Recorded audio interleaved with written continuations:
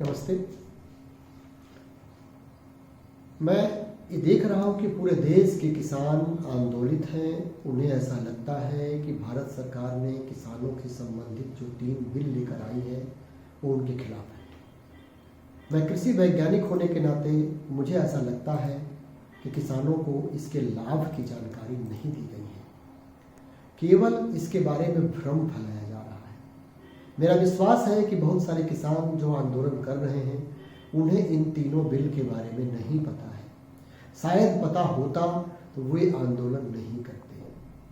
तो मैं आज आपको तीनों बिल के बारे में संक्षेप में बताऊंगा।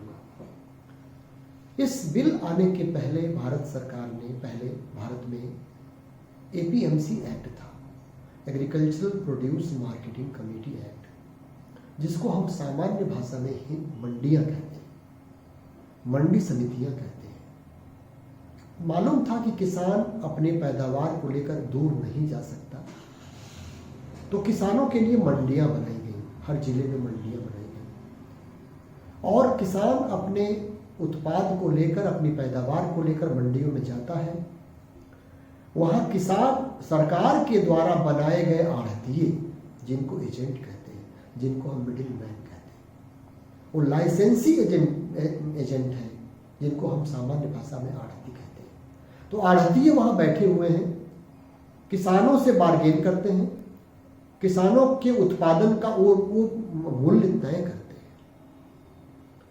अच्छा, वो थोड़े थोड़े उत्पादन किसानों के आए, उससे एक बड़ा इकट्ठा हो गया, स्टोर हो गया, फिर उस पूरे किसी उत्पाद को, किसी अनाज को किसी बड़े व्यापारी को बेच दिया जाता है। धीमे धीमे क्या हुआ कि बड़े व्यापारियों का, आढ़तियों का एक संगठन बन गया, एक काकस बन गया। किसान अपना एक ट्रैक्टर टमाटर लेके मंडी में पहुंचता है। किसान सोच के चला है कि हमको इसका इतना मूल्य मिलना चाहिए। आढ़ती कहता है कि नहीं, हम इससे ज्यादा आपको नहीं देंगे। आढ़तियों की संख्या सीमित है। उदाहरण के लिए 5 आढ़तिये हैं और 5000 किसान मार्केट में लेकर पहुंचे हुए हैं। तो अब किसानों के उत्पादन का मूल्य कौन तय कर रहा है? व्यापारी तय कर रहा है। व्यापारी आढ़तियों के माध्यम से तय कर रहे हैं। सबसे ज्यादा ये कहाँ होता है? पंजाब और हरियाणा में। क्यों? क्योंकि पंजाब हरियाणा के किसानों के जोत अधिक है। तो जोत अधिक होने से अपने उत्पादन को उन्हें बेचना पड़ता है। हमारे उत्तर प्रदेश और बिहार के किसानों की इतनी बड़ी समस्या नहीं है।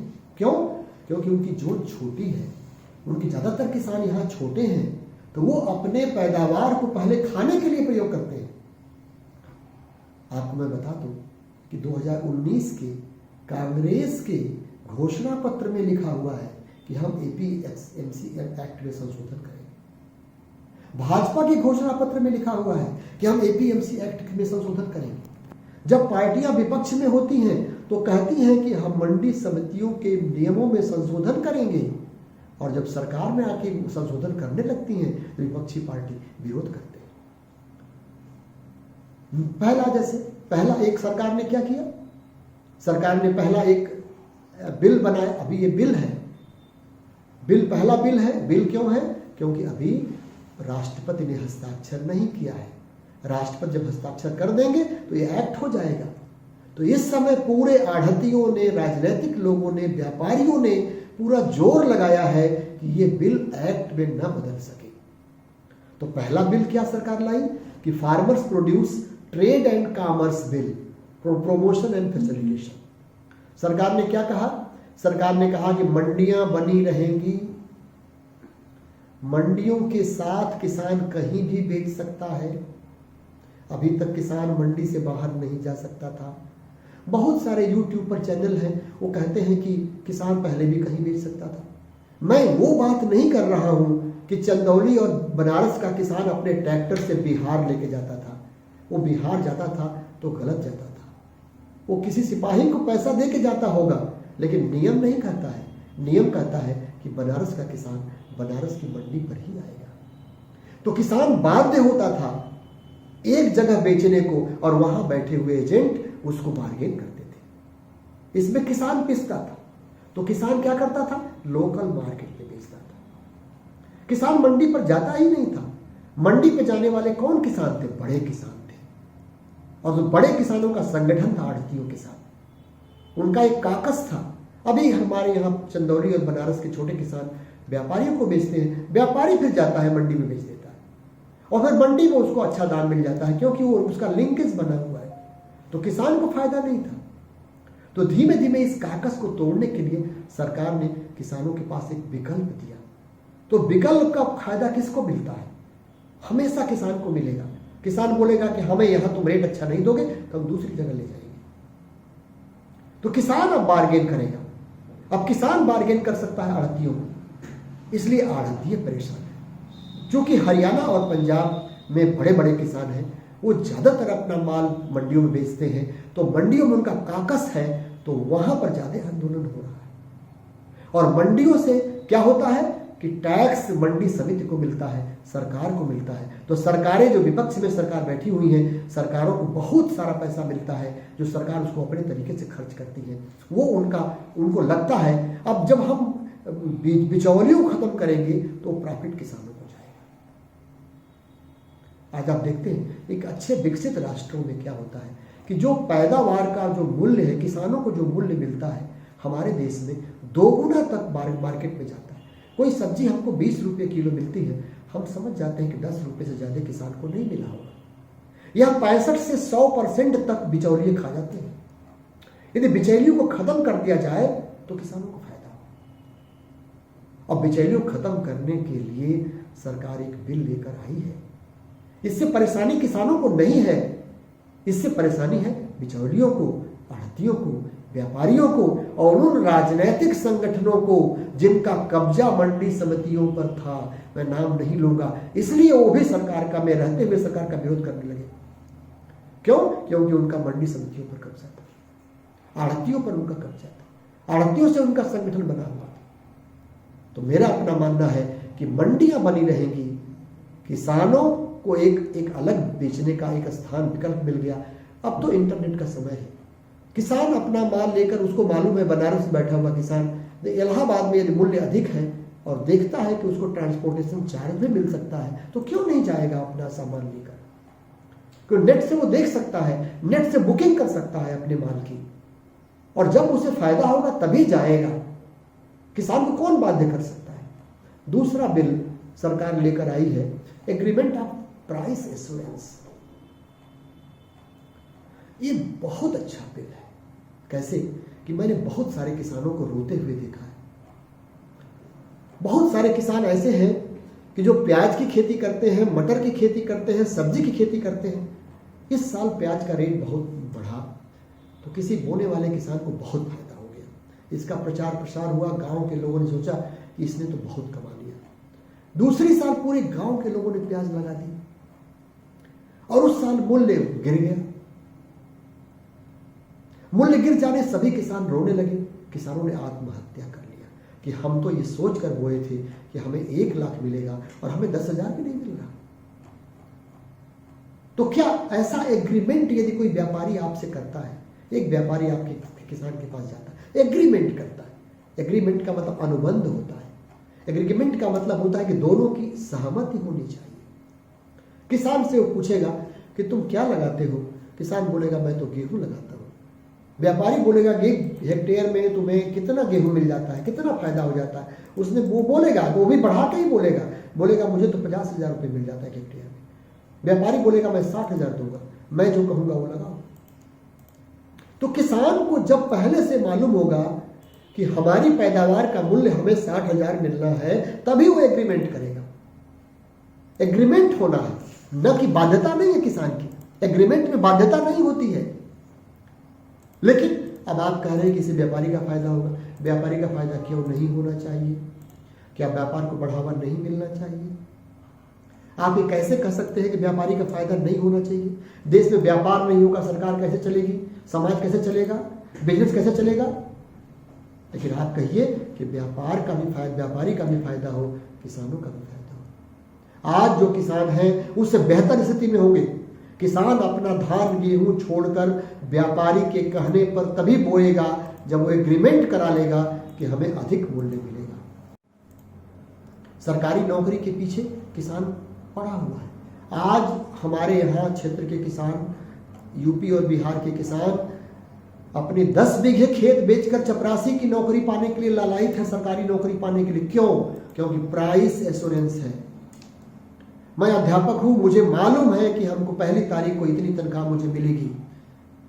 किसानों को क्यों नहीं एश्योरेंस मिलना चाहिए? कुछ लोग कहते हैं कि बड़े बड़े व्यापारी आएंगे और वो आलू की मात्रा बड़ी बड़ी निर्धारित छोटी को छांट देंगे। अरे तो एग्रीमेंट होगा, एग्रीमेंट होगा। हम मार्केट में जाते हैं, बड़े फल का रेट अलग होता है, मिक्सचर का अलग होता है, छोटे फल का रेट अलग होता है, और हमको जैसी जरूरत होती है वैसे हम खरीदते हैं। तो ये तो एग्रीमेंट होगा। किसान बोलेगा कि हम छांटने नहीं देंगे, हम ग्रेडिंग करने नहीं देंगे, और हमारा जो पैदावार होगा उसे आप बोलिए कितने में खरीदेंगे। जब व्यापारी बोलेगा कि हम इतने में खरीदेंगे, किसान को फायदा दिखाई देगा तो एग्रीमेंट करेगा, फायदा नहीं दिखाई देगा तो एग्रीमेंट नहीं करेगा। इसमें नुकसान कहाँ है? इसमें नुकसान कहाँ है? हाँ ठीक है, अभी तक का जो सिस्टम है, एक बार उसको 1 लाख मिल गया, दूसरी साल 10,000 मिला। यदि कोई व्यापारी कहता है कि हर साल तुम्हें हम 60,000 रुपए देंगे, तो क्या दिक्कत है? किसान को क्या दिक्कत है? किसान लगाने के पहले उसको पता है कि जैसे मैं नौकरी करता हूं तो मुझे पता है कि 1 महीने के बाद मुझे इतना वेतन मिलेगा। किसान को सरकार एश्योरेंस देना चाहती है और वो एग्रीमेंट होगा। लोग कहते हैं व्यापारी मुकर जाएंगे। एग्रीमेंट का मतलब क्या होता है? वो अनुबंध पत्र लिखा होगा। अभी किसान लोग कहते हैं कि सरकार रजिस्ट्रेशन करवाए, सरकार तैयार हो गई है। सरकार ने भी लिख कर दे दिया कि हम तैयार हैं रजिस्ट्रेशन। जैसे जमीन की रजिस्ट्री होती है कि हम आपको पैसा देते हैं, आप कहते हैं कि हम आपको जमीन देंगे, तो एग्रीमेंट सरकार करेगी कि हम इस उत्पादन का जो भी उत्पादन होगा हम आपको इतने में देंगे। किसान तैयार होगा, उसकी रजिस्ट्रेशन सरकार तैयार हो चुकी है। नेता लोग कह रहे हैं कि विवाद की स्थिति में सिविल कोर्ट जाना होगा। ये कौन सी बात है भाई? सिविल कोर्ट में हजारों मुकदमे पड़े हुए हैं, दसियों साल से पड़े हुए हैं। इसमें व्यापारी का फायदा होगा। व्यापारी तारीख पर तारीख लेता जाएगा। सरकार कहती है कि प्रशासनिक स्तर पर एसडीएम और डीएम इसका हल करेंगे। क्या गलत सरकार कह रही है? तीसरा है इसेंशियल कमोडिटीज बिल। अभी भारत सरकार ने बहुत सारे ऐसे अनाजों को इसेंशियल कमोडिटीज बनाकर उनके संग्रह करने पर एक मात्रा, कितनी मात्रा तक आप स्टोर कर सकते हैं, इसके लिए भारत सरकार ने कानून है। क्यों नहीं स्टोरेज बन गए? क्यों नहीं गोदाम बने हुए हैं? आप देखिए जगह जगह गोदाम आपको नहीं मिलेंगे। क्यों गोदाम नहीं बने हैं? प्राइवेट कंपनी क्यों रुचि नहीं ले रही है? क्योंकि जब प्राइवेट कंपनी जब एश्योरेंस करेगी, आपको एग्रीमेंट करेगी प्राइस एश्योरेंस का, तो उसे मालूम है कि हम बनारस से 10,000 कुंटल हम गोभी उठाएंगे, 10,000 कुंटल हम मटर उठाएंगे, या 10,000 कुंटल गेहूं उठाएंगे। कहाँ रखेंगे गेहूं को? क्योंकि इसेंशियल कमोडिटीज कहता है कि इतना ही मात्रा में आप स्टोर कर सकते हैं। तो आप कहते हैं व्यापारी को फायदा, क्यों नहीं फायदा व्यापारी को है? व्यापारी को फायदा क्यों नहीं होना चाहिए? आप कहिए व्यापारी के साथ साथ किसानों को फायदा होना चाहिए। तीसरी बात यह है कि अनुबंध खेती का फायदा क्या मिलेगा? उत्पादकता बढ़ेगी। आपको मालूम है गेहूं का उत्पादन पंजाब के किसान 60 कुंटल पर हेक्टेयर पैदा करते हैं और उत्तर प्रदेश के किसान 30 कुंटल पर हेक्टेयर पैदा करते हैं। 30 कुंटल घाटा किसका है? किसान का है, समाज का है, देश का है। आज किसान उत्पादन करना छोड़ दे, किसान का नुकसान है, समाज का भी नुकसान है, देश का भी नुकसान है। अनुबंध खेती होगी, वो आपको बीज देगा, आपको अच्छा खाद देगा, आपको सूचनाएं देगी, कैसे बोया जाए, कैसे काटा जाए, आपको तरीके बताएगा। आपका उत्पादन बढ़ेगा, आपका फायदा होगा, देश का फायदा होगा, समाज का फायदा होगा। अनुबंध खेती से आप अनुबंध करने का मतलब है कि आप जब एग्री होंगे तभी तो वो खेती करने आपके खेत पर आएगा। और आप कब एग्री होंगे? आप जब एग्री होंगे जब आपको आपकी जो पहले से खेती चली आ रही है उससे अच्छा मूल्य मिलेगा, निश्चित मूल्य मिलेगा। हमारे यहाँ उत्तर प्रदेश और बिहार के किसान नौकरी के पीछे क्यों लालायित हैं? सरकारी नौकरी के पीछे क्योंकि प्राइस एश्योरेंस है, पे एश्योरेंस है। मालूम है कि हमको इतना मूल्य पे इसका, हमको इतना तनख्वाह हमको मिलनी है। तो एग्रीमेंट करने में कभी सरकार ने नहीं कहा कि व्यापारी आएंगे आपके खेतों पर बोएंगे, आप रोक नहीं पाएंगे। सरकार ने नहीं कहा। सरकार ने कहा कि आपको एग्रीमेंट करना होगा, और एग्रीमेंट का मतलब होगा कि जब किसान राजी होगा तभी एग्रीमेंट होगा। तो मेरा आपसे अनुरोध है कि ये तीनों बिल बिना जानकारी के, बिना किसी आपको क्या बताया जा रहा है मुझे नहीं पता, किसान एमएसपी खत्म हो जाएगी, किसान सरकार लिख कर देने को तैयार है कि हम एमएसपी खत्म नहीं कर रहे हैं। दूसरी बात आप समझ लीजिए कि आप भारतवर्ष के किसान केवल धान गेहूं पैदा करते रहेंगे तो कोई भी सरकार आपके पूरे उत्पादन को खरीद नहीं सकती है। सरकार कहां रखेगी? सरकार क्या करेगी? बड़े बड़े व्यापारी आएंगे, आपसे अनुबंध करेंगे, इसेंशियल कमोडिटीज की एक्ट सुधार के अंतर्गत वो स्टोर करेंगे, एक कोल्ड चेन बनाएंगे, एक ऐसी फ्रिज बनाएंगे बड़े बड़े जिसमें रखेंगे, स्टोर करेंगे सब्जियों को, वो भी कमाएंगे, आपको भी मूल्य मिलेगा। आपको नहीं मूल्य मिलेगा तो अनुबंध क्यों करेंगे आप हर साल अनुबंध करिए, हर साल तोड़ दीजिए अनुबंध को, हम नहीं अगले साल करेंगे, आपको घाटा हो रहा है तो। लेकिन आज जो आपकी स्थिति है उससे यदि ज्यादा मूल्य आपको नहीं मिल रहा है तो आप क्यों अनुबंध करेंगे? तो इसमें फायदा क्या होगा? बड़े बड़े गोदाम बनेंगे, आपके आसपास सब्जियां और आपके अनाज रखे जाएंगे, उससे बिजनेस बढ़ेगा, उससे देश का उत्पादन बढ़ेगा, समाज का लाभ होगा, आपका लाभ होगा, देश का लाभ होगा। और आप केवल धान गेहूं पैदा करते रहेंगे तो कोई भी सरकार पूरे उत्पादन को खरीद नहीं सकती है। कल हमने अपने चंदौली के किसानों से बात की थी, किसान भाई लोग बड़े नाराज हैं, कहते हैं कि हमारा जो पैदावार चावल की है वो कोई खरीदने वाला नहीं है। तो मैं कहता हूं कि इस समय आढ़तियों का, व्यापारियों का जो काकस है, जो विरोध कर रहा है, उसी का असर है कि आपका अनाज अभी कोई खरीदने नहीं जा रहा है। आप इस सावधान हो जाइए काकस से। भारत सरकार, भारत स्वतंत्रता के बाद पहली बार किसी सरकार ने सुधार किया है, और इसको देखिए, इसको एक्ट बनने दीजिए, और 5-6 साल के बाद, 7 साल के बाद फिर आप विरोध करिएगा। मैं तो कहता हूं कि किसी ने सपने में भी नहीं सोचा था कि 370 समाप्त हो सकता है, धारा 370 समाप्त हो सके, सपने में नहीं सोचा था। सरकारें आती हैं बहुमत के साथ और समाप्त करती हैं, ये उनकी दृढ़ इच्छा शक्ति है।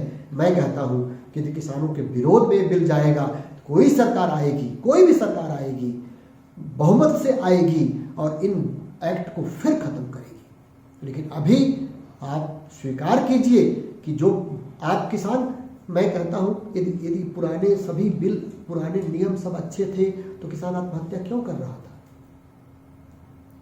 संशोधन आप करने नहीं देंगे, पुराने बिल में किसानों को रहने, पुराने नियमों में किसानों को बांधेंगे और फिर कहते हैं किसान आत्महत्या करता है। तो किसान आत्महत्या क्यों कर रहा है, इसके उपाय भी बताइए, आप उसके तरीके भी बताइए। सरकार कहती है कि संशोधन बताइए कि इसमें क्या तरीका हो सकता है।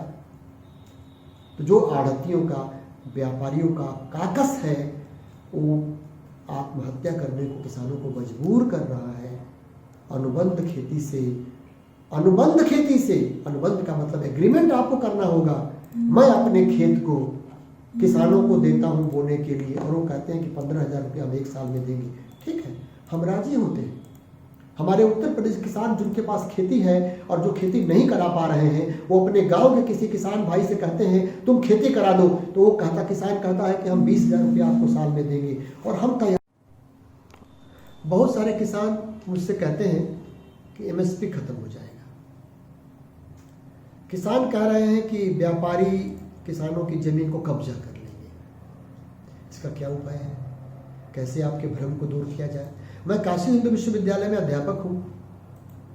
यदि आप लोग, गार्जियन लोग अपने बच्चों को यदि ये कहें कि मैं एडमिशन नहीं कराऊंगा क्योंकि मेरी बेटी और बेटा बीएचयू में जाकर खराब हो जाएंगे, बनारस में घूमेंगे, सिनेमा देखेंगे, पढ़ेंगे नहीं, तो इसका क्या बीएचयू प्रशासन के पास कोई उपाय है कि आपके इस शक को दूर कर सकता है? आपके बच्चे को फॉर्म भरना होगा, आपके बच्चे को परीक्षा देनी होगी, आपके बच्चे को प्रवेश लेना होगा, आपके बच्चे को बनारस के बीएचयू के हॉस्टल में रहना पड़ेगा। घूमेंगे भी, लड़कियां भी घूमेंगी, लड़के भी घूमेंगे, सब घूम रहे हैं। लेकिन ज़्यादातर बच्चे ऐसे हैं कि जो समाज में यहाँ से पढ़ने के बाद एक समाज में बहुत अच्छा स्थान बनाए हुए हैं। बहुत अच्छी नौकरी कर रहे हैं, बहुत अच्छा बिजनेस कर रहे हैं, एक सम्मानित नागरिक के रूप में जी रहे हैं। लेकिन आपको यदि विश्वास है कि हमारे बच्चे खराब हो जाएंगे और आप इस वजह से फॉर्म नहीं भर रहे हैं, तो इसके लिए काशी हिंदू विश्वविद्यालय कुछ नहीं कर सकता। इसलिए मेरा अनुरोध है, इस तरह के प्रश्नों को दिमाग में न लाएं और इन तीनों बिल को स्वीकार करें। तो मेरा किसानों से निवेदन है कि किसान इस बिल को पढ़ें, इस बिल को समझें, ये उनके हित में है और इसमें कोई भी ऐसी बुराई नहीं है। और आपको संशोधन की जरूरत लगती है तो किसान को बताइए, संशोधन कराइए। लेकिन ये तीनों बिल बहुत ही अच्छे हैं, आपके लाभ के लिए हैं और भविष्य में किसानों की आर्थिक स्थिति को सुदृढ़ करने के लिए मेरा ऐसा विश्वास है कि बहुत जरूरी है।